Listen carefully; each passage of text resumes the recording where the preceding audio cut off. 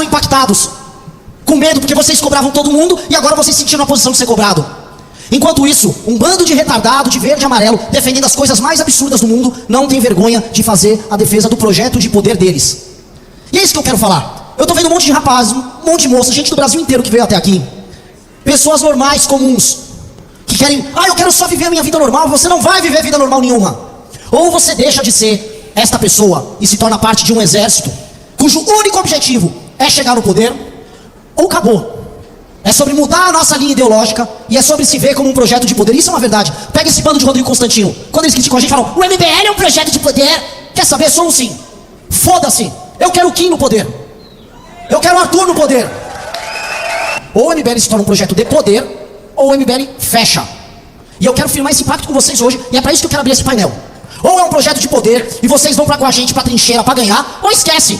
Eu não vou aceitar mais, enquanto a gente se sacrifica, ser cobrado. Olha o áudio do Arthur. Foda-se o áudio do Arthur. Eu passei pano com o áudio do Arthur. E a pergunta que fica pra vocês é se vocês vão deixar eles irem sozinhos, ou vocês vão fazer academia, ou se vocês vão se tornar candidatos, líderes, e vão fazer exatamente o que esses filhos da puta do PT e do Bolsonaro fizeram. Ter um projeto pra tocar o Brasil e ser um projeto da nossa geração. Fica lançado o desafio de com vocês. Quanto vocês ficarem... Eu tava errado? É que sempre falam sempre que ficou o Nando Moura indignado. Esses políticos estão de poder, de poder. A real é o seguinte. Sim, óbvio. Não existe possibilidade de alterar qualquer coisa sem poder. Se você for tentar fazer uma cirurgia em alguém, o cirurgião-chefe, ele tem chefe no nome porque ele tem poder para tomar as decisões na hora. Você precisa de poder. Você precisa chegar nas posições de poder. Ponto. É isso.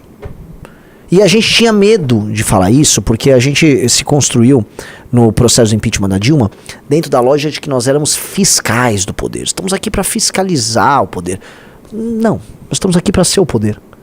Nós somos melhores, nós somos mais capazes. E quando eu digo melhores e mais capazes, né, essa é uma das coisas que vem aí. Só para vocês entenderem, nós somos melhores mesmo, em todos os termos. Nossos legisladores são melhores, nossa força moral é melhor. E nós, dentro da área que nós estamos, vamos dizer, incumbidos de tocar, que é a guerra política, porque a política é guerra sem mortes. Nós somos superiores. Nós somos melhores gestores políticos do que os nossos adversários. Vocês entenderam? Portanto, nós somos mais qualificados para ocupar posições no poder legislativo e no poder executivo. Os meus adversários, pré-candidatos à presidência da República, não montaram seu próprio partido. Eu e meus amigos montamos. Os meus adversários, pré-candidatos à presidência do Brasil, não juntaram um monte de gente brilhante para escrever muito antes das eleições um projeto de como tornar o Brasil um país rico, poderoso, livre. Eu e meus amigos fizemos. Nenhum deles criou a própria rede social e o próprio movimento ideológico e intelectual de modo a criar as ideias que vão fomentar o surgimento de uma cena política próspera e independente no Brasil. Eu e meus amigos fizemos. Nós somos melhores. Nós trabalhamos mais e melhor. Nós somos mais esforçados e mais inteligentes.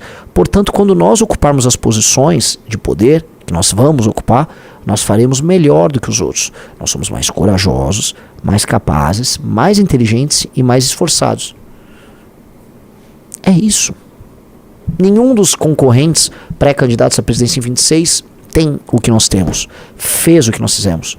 Quando nós marchamos a pé até Brasília, quando nós acampamos, quando nós lideramos nas ruas o processo de impeachment da Dilma Rousseff, quando nós montamos o comitê do impeachment no Congresso Nacional, não tinha Tarcísio, que era do governo Dilma, não tinha não tinha Ratinho, não tinha Zema, que era só o herdeiro do pai dele, e um testa de ferro do Salim Matar, dono da Localiza. Não tinha nada. Não tinha nada. Não tinha nenhum desses caras. Tínhamos nós, sem dinheiro nenhum no bolso, eu com 31 anos de idade, Kim Kataguiri com 19, 20 anos de idade. Tínhamos nós. E aí o povo escolheu o Bolsonaro e o povo deu um pé na nossa bunda. Vocês entenderam? E os bolsonistas comemoravam. O Derrete MBL era sobre o povo dar um pé na bunda do MBL. E o povo deu. O povo falou: MBL, vocês não prestam porque vocês não defendem de maneira acéfala e acrítica o Jair Bolsonaro. Portanto, MBL, vá pro inferno. O povo escolheu mandar a gente pro inferno. Nós fomos cancelados. Mas nós não abaixamos cabeça pro povo. Porque nós não somos funcionários do povo. Nós não somos funcionários do povo. político não é funcionário do povo. O povo, em 2019, o povo queria que o MBL sumisse, porque o MBL estava atrapalhando o plano do Jair.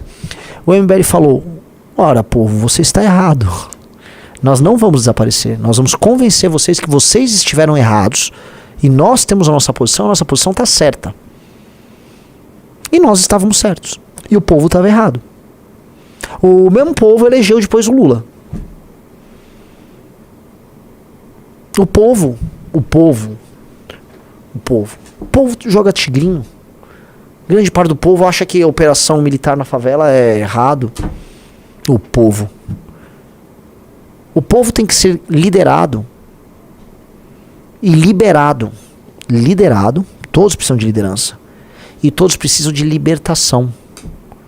Quanto mais livre, mais capaz, quanto melhor, mais bem educado, quanto mais cheio de propósito, quanto mais rico um cidadão é, mais capaz de exercer seus direitos e capaz de tomar boas decisões esse povo será. Nós precisamos fazer isso. Mas nós temos que liderar. Se você está na política, você está para ser líder. Você não está para ser uma bússola da opinião pública. Existem pessoas que são bússolas da opinião pública. O Cleitinho é uma bússola da opinião pública. O Cleitinho vê o que dá voto, o que dá view, e ele defende. Ele é guiado pelo povo, portanto ele não lidera, ele é liderado pela massa. O Cleitinho, em grande medida, é esse homem massa. O Cleitinho é aquele cara que fica na torcida de futebol, vendo se a torcida xinga o jogador, ou se ela comemora gol, aí ele fica aguardando e... gol, gol, gol! Juiz ladrão! Esse jogador tá ruim, hein? Fora! Esse é o Cleitinho. O Cleitinho não é o técnico do time, que tem que às vezes tirar o jogador famoso de campo pra fazer o time ganhar, ou botar o time pra fazer uma retranca, ou botar o time pra jogar feio, pra dar canelada e não deixar o adversário jogar. Nós somos o técnico. O Cleitinho é o torcedor. Vox Populi não é Vox Dei. Então, a direita, o povo, quis nos derrubar. O povo estava errado. O povo estava errado. E nós estamos dando a volta por cima e mostrando pro povo: o caminho certo é por aqui. O caminho certo é transformar a facção em organização terrorista. O caminho certo é você destruir o crime organizado. O caminho certo é levar o Brasil para uma guerra e não buscar uma pacificação ridícula junto ao crime organizado. O caminho certo não é permitir que o Brasil seja gerido pelo centrão. O caminho certo é impor uma reforma administrativa com indicadores claros e objetivos em termos de gestão pública. O caminho certo é acabar com as desigualdades regionais, mas sem fazer com que os estados do Norte e Nordeste expoliem os estados do Centro-Sul. O caminho certo é levar desenvolvimento e gerar classe média para a região Norte e Nordeste. O caminho certo é fazer com que o Brasil não fique dependendo de exportação de produtos primários. O caminho certo é não permitir que a economia brasileira seja controlada por bancões. O caminho certo é não permitir que esses mesmos bancões se alinhem com ONGs que recebem dinheiro de fundações internacionais e determinem as políticas sociais, econômicas e culturais que se tornam mainstream no Brasil, influenciando o judiciário. O caminho certo é que o judiciário não custe tão caro quanto ele custa no Brasil. O caminho sério é não permitir que o alto funcionalismo brasileiro roube o nosso dinheiro só porque uma turma passou num concurso. O caminho certo não é taxar quem trabalha e produz, mas sim ajudar quem trabalha e produz. O caminho certo não é fazer o que a gente fica vivendo sem infraestrutura e comemorando com Tarcísio Gomes da Silva: ele fez uma ponte de madeira, ele vai fazer uma obra que estava atrasada há 30 anos. O caminho certo é que a gente tenha muita infraestrutura, porque nós temos que exportar para o mundo inteiro. O caminho certo é você ir para fora do Brasil e descobrir que o Brasil não é só um exportador de travesti e jogador de futebol, mas o Brasil também exporta produtos, marcas, conceitos e cultura. O caminho certo é o caminho do livro amarelo. O caminho certo é o caminho do livro da missão. O caminho certo é o caminho que a gente está trilhando há anos. A gente sempre trilhou o caminho certo. E o caminho certo a gente já trilhou quando foi a pé até Brasília, de São Paulo, na Praça Pan-Americana em São Paulo, até a Praça dos Três Poderes em Brasília, mostrando que o nosso caminho, a nossa história é sair da nossa cidade, na cidade que o movimento nasceu, e chegar até o local de poder que é Brasília e mudar Brasília. Esse é o nosso destino. E a gente já cruzou esse caminho. E vocês vão cruzar esse caminho conosco. Agora nós temos um partido que permite que essa rota não seja só de São Paulo até Brasília com aquele pequeno grupo de pessoas, mas todas as estradas vão levar a Brasília. Todas as rotas vão levar a Brasília. Porque a missão é um partido nacional, foi fundado nacionalmente e vai permitir que você, que é um jovem ou uma moça de Tocantins, do Piauí, do Acre, do Mato Grosso, do Rio Grande do Sul, todos vocês têm o seu caminho. e que a gente chegue juntos, com cada um com uma rota diferente em Brasília, e aí faça o que o destino mandou que a gente fizesse. O destino quer que a gente seja as pessoas a mudar o Brasil. O destino escolheu a gente. Aí chame o destino do que você quiser. Somos nós, não são os outros. Não é nem a geração do Bolsonaro, não é a geração do Lindbergh, da Samia Bonfim, não é o Glauber, não é o Nicolas, não é a Campagnolo, não é nenhum deles. Somos nós. Somos nós. A nossa história é excepcional, não a deles. A história do Lindbergh é sobre como ele mamou o Lula durante a vida inteira dele. A história do Nicolas é sobre como ele mamou a vida inteira dele, o Bolsonaro. A história da Campagnolo, todos eles, é sobre como eles puxaram o saco dos famosos. E aí eles cresceram, ganharam likes e views. A nossa história a gente construiu sozinho, de maneira independente. Nós fomos os teimosos, os cabeça dura, os esquisitos, os controversos, os complicados.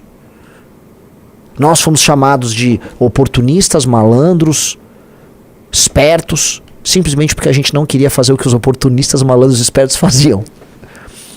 Nós fomos esses caras. Os únicos que têm uma história excepcional somos nós. Pensem bem, olhem pro lado e pensem. De 2014 até hoje, quem tem as maiores manifestações da história? Quem organizou? Quem protagonizou marcha Pé Brasília, protocolo de grandes projetos?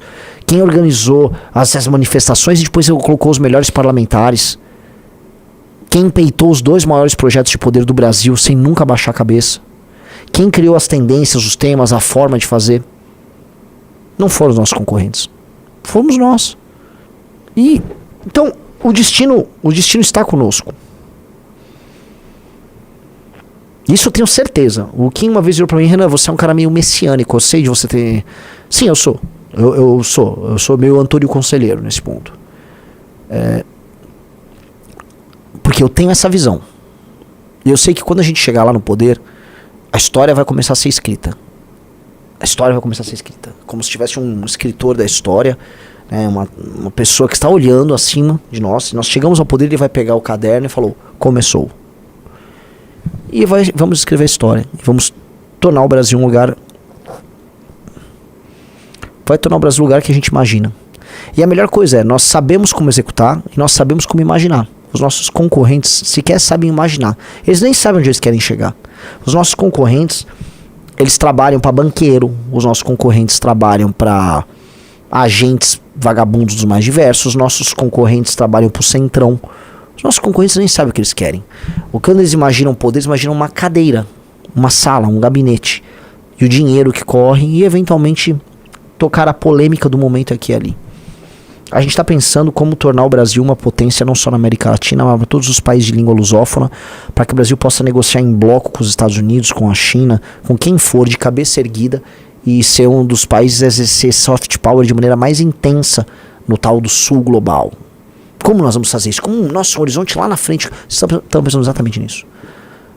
Como o Brasil vai se preparar para receber a 4ª Revolução Industrial?